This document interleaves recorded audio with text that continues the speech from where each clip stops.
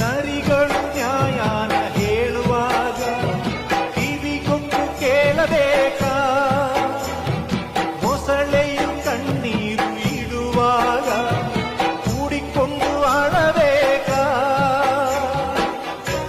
ತಡೆದನು ಈ ದಿನ ಮನಸ್ಸಿನ ನಾಯಕ, ಬಿಟ್ಟರೆ ಎಲ್ಲರ ಸೀಳುವ ಸೈನಿಕ.